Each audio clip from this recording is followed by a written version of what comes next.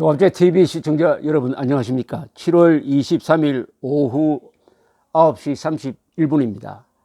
문재인 대통령은 오늘 오후 청와대 여민관에서 열린 수석 보좌관 회의에서 우리 경제에 여전히 어려운 부분들이 많다. 오랫동안 계속된 신자유주의 경제정책이 경제적 불평등을 확대해 성장 동력을 떨어뜨리고 그와 함께 고용 없는 성장이 계속되어 왔기 때문이다. 이에 정부는 경제 패러다임을 근본적으로 바꾸기 위해서 노력을 하고 있으나 짧은 기간에 금방 효과가 나올 수는 없는 노릇이라고 했습니다. 즉 신자유주의 경제정책이 잘못되었다. 그 후유증을 지금 바로잡는 단계다. 이런 이야기를 했는데, 신자유주의 경제정책을 과거 정권, 즉 박근혜 이명박 정부가 시행했는지 저는 자신이 없습니다. 박근혜 이명박 정부 때 경제 관료들이 신자유주의 정책을 추진한다고 말한 적은 없는데요. 그리고 신자유주의 정책이 뭐냐에 대해서는 수많은 토론이 있습니다. 그 개념도 분명하지 않습니다. 제가 아는 두 우파 정권 때의 경제 관료들은 실용적 정책을 썼습니다. 실용적 정책을. 신자유주의라든지 뭐 이렇게 요새 유행하는 소득 성장론이라든지, 여기 오늘 문재인 대통령은 또 포용적 성장 정책을 이야기를 했는데, 그런 도그마에 빠지지 않고 그때그때 신축성 있게 실용적인 실사구시 정책을 썼다고 저는 평가를 합니다. 그런데 신자유주의 정책을 썼다고 하는데, 그래서 경제적 불평등이 확대되었다는데, 경제적 불평등이 확대되었다는 통계 없습니다. 우파 정권, 역대 우파 정권 시절에 경제 양극화가 확대되었다는 통계를 아무리 뒤져도 찾을 수가 없습니다. 우리 우파 정권이라면 이승만, 박정희, 전두환, 노태우, 이명박, 박근혜 이렇게 이어지겠는데, 다 소득 분배는 세계적으로 양호했습니다. 양호했습니다. 그런데 이것을 지금 현재 일어나고 있는 경제의 어려움은 너무나 간단합니다. 값싼 전기를 생산하는 원전을 마구 폐쇄해 가니까 이런 부담이 생기는 거 아닙니까? 한전 경영 상태가 나빠지고 전기값 곧 올라갈 거고, 그 다음에 무리한 최저임금 대폭 인상, 세상에 2년 사이에 최저임금을 27%는 올리면은 그 견뎌낼 자영업자가 어디 있습니까? 이 계급투쟁론의 영향을 받은 좌파는 절대로 자기 잘못을 인정하지 않습니다. 반드시 책임을 다른 사람에게 돌립니다. 계급투쟁론은 독선을 심어줍니다. 역사의 법칙이 우리 편이다. 우리는 무오류다. 이렇게 되니까 자기 탓을 해야 될 경우에는 반드시 남 탓을 합니다. 그러면 어떻게 되느냐? 궤도 수정이 되지 않습니다. 자충수가 생기는 것이죠. 그러면 실패 쪽으로 가는 수밖에 없습니다. 세계 역사책을 놓고 한번 보십시오. 좌파가 집권해가지고 경제에 성공한 나라 없습니다. 성공했다면 그것은 사회민주적 좌파죠. 사회민주적 좌파. 계급투쟁론적 좌파가 성공한 적 없습니다. 예외가 없습니다. 세계에 예외가 없습니다. 예외 단 한 정권도 없어요. 그러니까 문재인 정권의 경제 실패는 딱 예정되어 있고, 이것은 그 길로 가는 수밖에 없고, 다만 얼마나 야당과 언론이 견제를 할 수 있느냐. 그래서 잘못되는 것을 어느 정도에서 완화할 수 있느냐의 차이지, 궤도 수정 불가능합니다. 이념을 버리지 않으면, 지금 그들을 끌고 가는 이 낡은 이념을 버리지 않는 한 불가능합니다. 그것을 오늘 문재인 대통령의 이 신자유주의 탓에서 발견을 하게 됩니다. 문 대통령의 이 주장을, 신자유주의 정책이 소득의 불균형을 높였다는 것은 통계로 간단하게 이게 부정됩니다. 소득의 평등도를 나타내는 진위계수가 있습니다. 진위계수. 이 가장 권위가 있어요. 가장 최근 통계입니다. 2016년 미국 CIA 월드 팩트북에서 확인한 겁니다. 149개국을 상대로 조사를 했어요. 소득이 가장 평등한 나라는 소득 배분입니다. 핀란드, 그 다음에 슬로바키아, 체코, 스웨덴, 벨기에, 노르웨이, 독일, 아이슬란드, 덴마크, 스위스, 프랑스가 평등한데 한국은 소득 평등도에서 149개국 중에서 24등입니다. 매우 평등합니다. 일본보다도 더 평등합니다. 공산주의 국가인 중국, 월남보다 더 평등합니다. 그러면 신자유주의 정책으로 소득 불균형이 강화되었다는 문재인 대통령의 주장은 믿을 수가 없습니다. 오늘 마침 조선일보 최보식 선임 기자의 인터뷰에 윤정현 전 기획재정부 장관이 나왔는데 문재인 대통령의 이야기와 너무나 대조적인 이야기를 하고 있군요.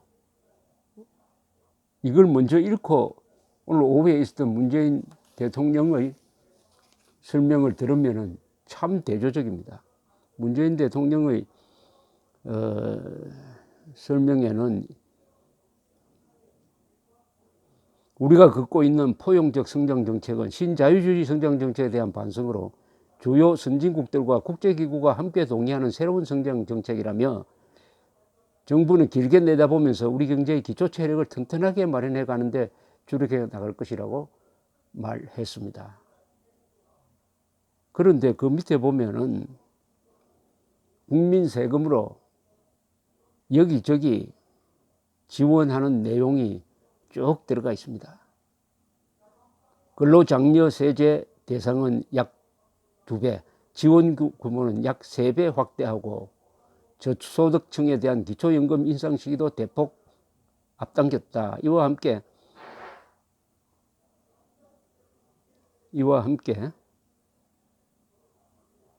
자영업자에 대해서 이런 설명을 합니다. 자영업자 규모는 600만 명에 가깝고 여기에 무급 가족 종사자 120여만 명을 포함하면 전체 취업자의 25%다. 이 가운데 중층과 하층 자영업자들의 소득은 임금 근로자보다 못한 실정이다. 이들을 자기 노동으로 자영업을 하는 자기 고용 노동자라는 인식을 할 필요가 있다. 이게 또 새로운 말이 나왔습니다. 자기 고용 노동자래요. 세상에 이런 용어도 있습니까? 왜 노동자입니까? 자영업자지. 자기가 영업을 하는 사람이지. 굳이 노동자라는 인식을 지금 심어주려고 합니다. 자영업자에게 왜 노동자라는 인식을 심어주려고 합니까? 이거 전형적인 계급 투쟁론입니다. 계급농적인 시각입니다. 이거 국민을 분열시키는 겁니다. 사용자와 노동자로 구분해가지고 정부는 노동자 편들겠다. 이거 아니겠어요? 내 세상에 자기 고용 노동자라는 말이 어떻게 성립될 수 있는지. 자영업자면 자영업자지 왜 노동자입니까? 이런 마음 자세로는 경제는 계속 하향 곡선을 그을 수밖에 없다고 생각합니다. 윤정현 전 기획재정부 장관은 2009년 글로벌 금융위기를 극복하는 데 공을 많이 세운 사람입니다. 이명박 정부 때죠. 이명박 정부 때 2008년에 금융위기가 세계적 위기로서 불어닥쳤을 때 당시에 강만수 기획재정부 장관 그리고 그 바톤을 이어받은 윤정현 기획재정부 장관이 잘해서 세계적으로 가장 극복을 잘했습니다. 그리하여 2010년쯤 되면은 삶의 질에서 대한민국이 185개국 중에서 12등으로 올라갑니다. 우리나라 역사상 국제 랭킹에서 가장 높았던 겁니다. 그 뒤로는 떨어지고 있어요. 어떻게 보면 경제의 피크를 2010년에 맞이했다고 볼 수가 있습니다. 바로 지금 감옥에 가 있는 이명박 대통령의 공입니다. 그 밑에서 이 대통령을 보좌했던 윤정현 전 기획재정부 장관은 오늘 인터뷰에 임하면서 이렇게 이야기했습니다. 정부가 하는 걸 보면 희망이 안 보이고 내가 말해봐야 바뀔 것 같지 않기 때문에 솔직히 인터뷰에 응할 의욕이 사라졌다. 이렇게 이야기합니다. 현 정부는 정책 잘못을 시인할 줄 모른다. 아니, 시인할 줄 모르는 이념의 포로가 되어 있으니까요. 그러면서 윤 전 장관은 이렇게 쭉 설명을 합니다. 이게 참 공부가 되는군요. 이분의 이야기를 들으니까. 이 복잡하지가 않습니다. 좌파 경제 전문가들 이야기를 들으면 도덕론 강의하는 것 같은데, 이 제대로 된 실용적 경제 관료 이야기를 들으면 너무나 구체적이라서 아마 어린아이도 이해할 수 있을 것 같아요. 이 윤정현 기획재정부 장관의 말이 그렇습니다. 이념의 굴레에서 벗어나 국민이 무엇이 국민을 잘 살게 하고 나라를 부강하게 하는 길인지에 대해서는 답이 나와 있다. 지금 세계 경제 성장률은 3.9%로 호황이다. 우리는 2.9%대에 머물고 있다. 시장에서는 혼란이 일어나고 역대 가장 낮은 고용률과 높은 실업률이 뭘 말하는가? 통계청 자료에서 입증되고 있지 않나? 그런데도 소득주도 성장 정책을 밀어붙이니 절망할 수밖에 없는 것이다. 어떻게 이뤄놓은 대한민국인데 이 나라가 자기들만의 나라인가? 이런 식의 정책 운영이면 모든 게 속절없이 무너진다.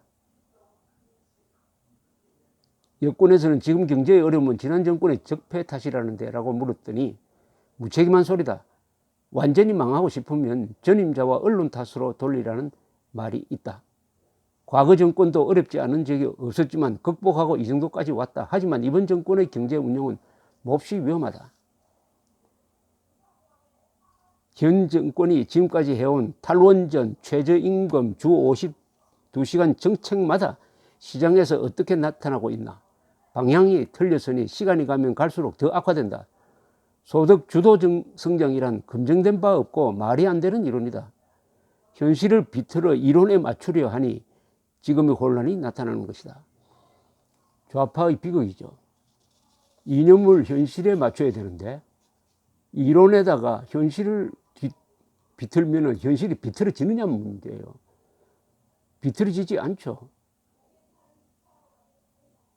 태양이 갑자기 동쪽에서 뜨다가 내일부터 서쪽에서 뜨는 수는 없습니다. 소득을 늘려서 성장이 되는 게 아니라 성장을 통해 일자리가 생겨야 소득이 느는 것이다. 최저임금을 올려 소득을 늘려주겠다는 것인데 그 임금을 누가 주나? 정부가 주는가? 그건 민간기업이고 소상공인이다. 이번처럼 소상공인 자영업자들이 들고 일어나 차라리 나를 잡아가라고 한 적이 지금껏 있었나?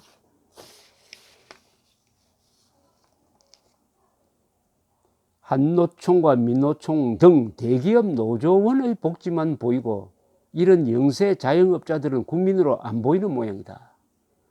영세민들의 일자리가 다 날아간다. 이렇게 일을 벌려놓고는 정부 재정을 집어넣고 가맹사, 본사와 건물주를 때리는 것이 이게 정상인가?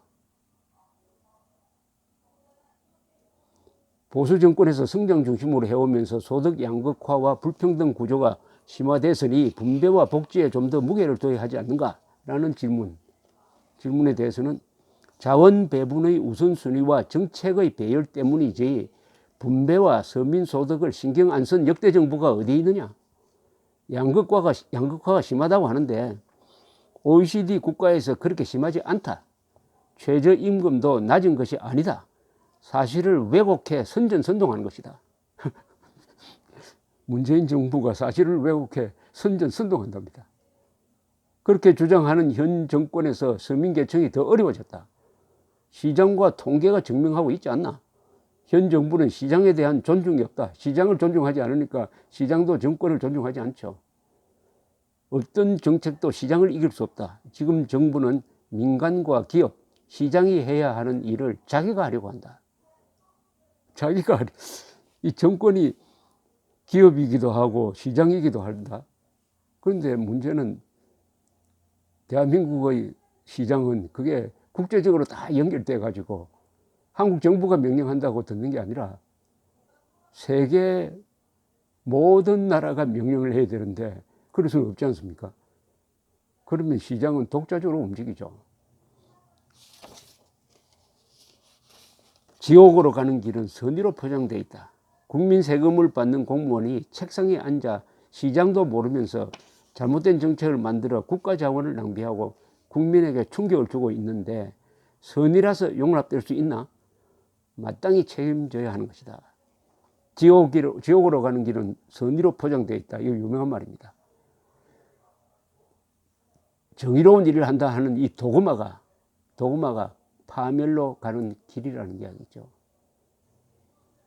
당장의 부작용은 있지만 최저임금이나 주 50시간제는 세계적 추세가 아닌가라는 질문에는 윤정현 전 장관이 이렇게 이야기합니다. 정책은 진공 속에서 만들어지는 게 아니다.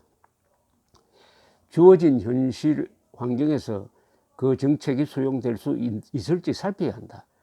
최저임금을 올리려면 업종과 지역별 차등화를 해야 한다.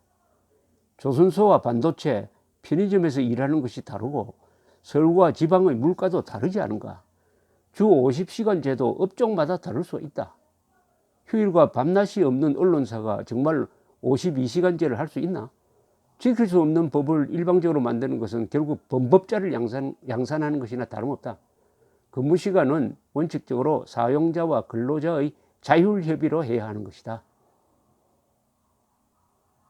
상식선에서 너무 이탈했다. 관료 선배로서 이런 현안을 놓고 대화를 나눠보지 않았나라고 물었더니 윤정현 전 장관은 이들이 어떤 자세로 공직을 맡고 있는지 모르겠다. 내가 어떤 조언을 한들 먹힐지 자신이 없다. 이렇게 입장이 다른 이들과 원만하게 지낼 수 있을까 고민이다. 원전 건설에 앞장서 온 산자부가 정권이 바뀌자 원전 폐쇄에 앞장서는 것을 보면서 공무원은 영원히 없어야 한다는 말이 맞다고 느껴진다. 최저임금과 주 52시간제를 놓고 청와대와 경제부처 여당 간에도 서로 다른 목소리를 내는데 그래서 시장이 더 혼란스럽다. 김동연 부총리의 말은 전혀 먹히지 않는 것 같다. 경제 컨트롤 타워가 청와대 비서관인가? 대체 왜 경제부총리 자리를 두었는가? 그가 역할을 못하도록 한 것은 결국 대통령의 셈이다. 애초에 그쪽 생각과 맞는 사람을 앉혔어야지. 원래 일은 내각이 하고 청와대는 지원해야 한다. 지금은 거꾸로 됐다. 청와대에서 모든 걸 장악하고 각 부처는 이서나 마나다. 김상조 공정거래위원장이 대기업의 지배구조를 운운하는데 대기업의 지배구조를 탓하기 전에 현 정부의 지배구조가 훨씬 더 문제가 있다. 대기업의 지배구조를 어떻게 제3자가 바꿀 수 있느냐 하는 근원적인 의문을 지금 제공하고 있습니다. 청와대 조직이 너무 방대하다. 이번에 최저임금 문제로 시끄러워지자 자영업자 소상공인 담당 비서관 신설을 확정했다고 한다. 비서관만 만들면 해결되나? 청와대에 일자리 수석과 경제 수석이 따로 있는데 이해가 안 된다. 일자리 없는 경제가 있나? 경제 수석이 일자리 빼놓고 더 중요한 일이 무엇이 있는가? 지배구조 개선이라는 데 대해서는 이렇게 이야기를 합니다. 노무현 정부 시절 강철구 공정거래위원장이 지금처럼 대기업의 지배구조에 칼을 대려고 했다. 정권의 역점 사업이었다. 당시 기자가 금감위원장인 내게 의견을 물었을 때 굉장한 위험한 짓을 한다. 기업의 지배구조는 무엇이 옳은지 정답이 없다. 그 나라의 사회, 문화, 환경과 업종별로 다를 수 있다. 기업은 좋은 제품을 만들어 이익을 내 종업원에게 봉급 많이 주고 국가에 기여하면 된다고 답했다. 이 말이 파장을 일으킨 적이 있다. 그런데 기업의 지배구조는 나라마다 다른데 학자들이 외국에서 배워가지고 한국에 적용하면 안 된다는 이런 취지의 이야기 같습니다. 그리고 이 경영권 문제에 대해서는 윤 전 장관이 이렇게 이야기합니다. 자녀 상속은 인간의 원초적인 욕망일 수 있다. 우리나라 상속세는 양도세와 부가세까지 합쳐 65%에 달한다. 기업을 경영해 오면서 법인세, 배당세, 개인소득세, 양도세까지 이미 다 냈는데 이렇게까지 하는 것은 결코 합리적이지 않다. 상속세가 우리가 많다는 겁니다. 국제적 기준으로. 이것은 정의롭지 못하다는 거예요. 이미 기업을 하면서 세금을 많이 냈는데 이게 또 상속세, 양도세 합쳐서 65%를 물리면 되느냐? 정부의 경제정책을 비판만 했는데 인정해 줄 부분도 있지 않은가? 일자리 창출을 첫째 목표로 한 것은 잘했다. 그런데 정책이 엇박자가 나면서 더 혼란해졌다. 대통령도 나라가 잘 되는 쪽으로 해보려는 것이 망하는 쪽으로 하려는 것은 아니지 않겠나 라고 물었더니 시장을 존중하고 성장 담론이 있어야 한다. 투자를 해야 성장이 이루어지는데 투자가 일어나려면 규제를 혁파하고 길을 열어줘야 한다. 어떤 길을 말하는가라고 하니까 윤정현 전 장관은 이렇게 대안을 제시합니다. 의료를 포함한 헬스케어 산업, 바이오 산업 등에 민간이 투자할 길을 열어줘야 한다. 도대체 21세기에 원격 진로도 허용 안 한 나라가 어디 있나? 노동개혁은 현 정권 들어와 노조에 밀려 훨씬 더 후퇴했다. 이런 규제와 기득권이 요즘 말로 적폐다. 이제는 노조가 적폐 세력이 됐다 이 말입니다. 기득권 세력이 되고. 현 정책의 궤도 수정 없이 항의하는 것은 자해행위다. 이대로 가면 이 정권은 결국 경제로 망할 것이다. 이대로 가면 이 정권은 결국 경제로 망할 것이다. 그 예측이 들어맞지 않기를 바랍니다. 감사합니다.